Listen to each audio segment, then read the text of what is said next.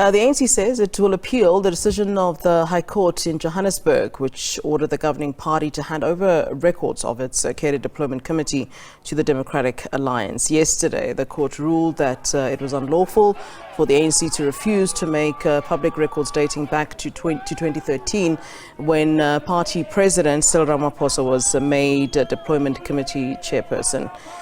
Last week, lawyers for the DA argued that the ANC's deployment policy was unconstitutional and asked the court to declare it invalid. The main opposition is of the view that this policy is the root cause of problems in the delivery of basic services, including electricity. But the ANC said the committee's recommendations relating to public service and SOE positions were not binding on government, ministers, premiers or mayors. All right, for more on this then, let's now bring in via Zoom political analyst Professor Susan Booysen to weigh in on those developments regarding Cadre deployment policy of the ANC. A very good afternoon to you, Prof. It's always a pleasure to see you.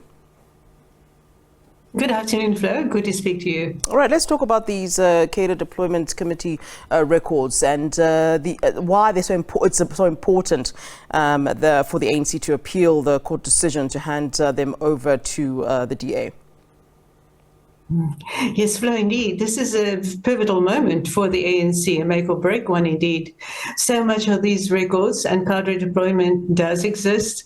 It has been acknowledged to exist also by the ANC. And so much of that is really not in the public domain. And that was the crux of this application, to bring better transparency and openness, accountability in that sense of the word, to this process.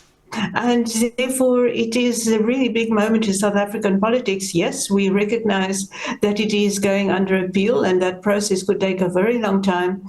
But these are probably records that are very close to the heart and soul of the ANC believing that it has the right, like big majority parties has anywhere, and believe they have anywhere, and the right to exercise their will, their choices for deployment in state apparatus in order to ensure that their policies are executed.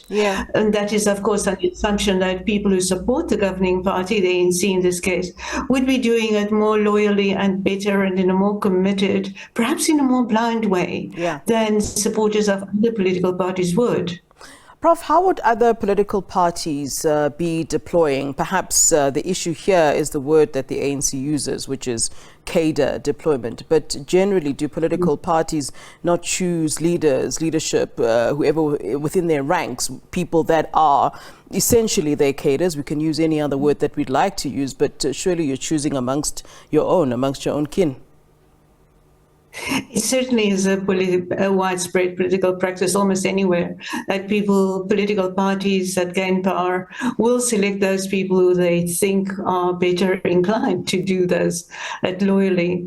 I think a big part of this is that those records are generally more publicly available. The motivations for employment are more publicly available. In the case of Cadre Deployment Committee, those records have not been in the public domain and are often, as we can expect, hardly in existence. We know that that argument in this case also concerned threads of emails, WhatsApp exchanges, any other form of document that may be shedding light as to why certain people were employed.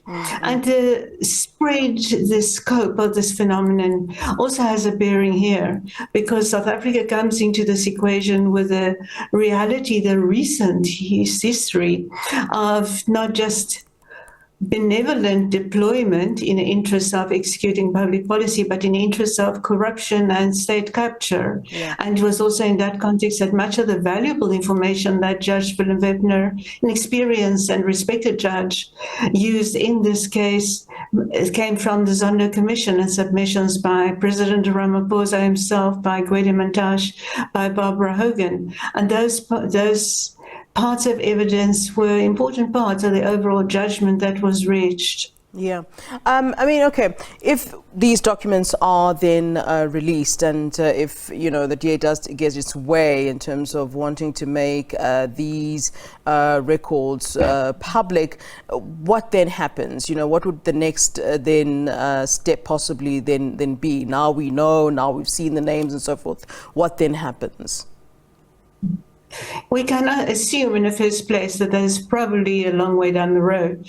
We can assume that the ANC will be opposing this with every bit of legal power and legal argument and institutions at its disposal. But should it then ultimately get to the point that it is upheld by the higher courts, and this was already in Gauteng High Court, that this ruling came. If upheld otherwise, it will really be a new type of political politics that is born in South Africa, because it will really lay bare so much of the inner workings of the ANC, of how the extent to which it would have been going to ensure that its own policies, and not just policies, are served, but also its interests generally, as we also saw in the case of the Zondo Commission related evidence. And of course, it could be also be quite a day of shame if those are revealed for incumbent President Cyril Ramaphosa, because he was the chairperson of the Deployment Committee of the ANC throughout the period not throughout the period, but for a large part of the period since 2013. Jacob Zuma's second term, Cyril Ramaphosa was chairing that committee. So it could be something that doesn't do credit to his reputation. Yeah, and you kind of touched on it a little bit there, the issue of service delivery and now the electricity crisis have been linked to these records by the opposition. Can we take it that far? Do you think that, it could, in fact, reach, that kind of level where we kind of see that, the reason we are struggling with electricity is because of cadre deployment? Can it really trickle down to that? No, it is.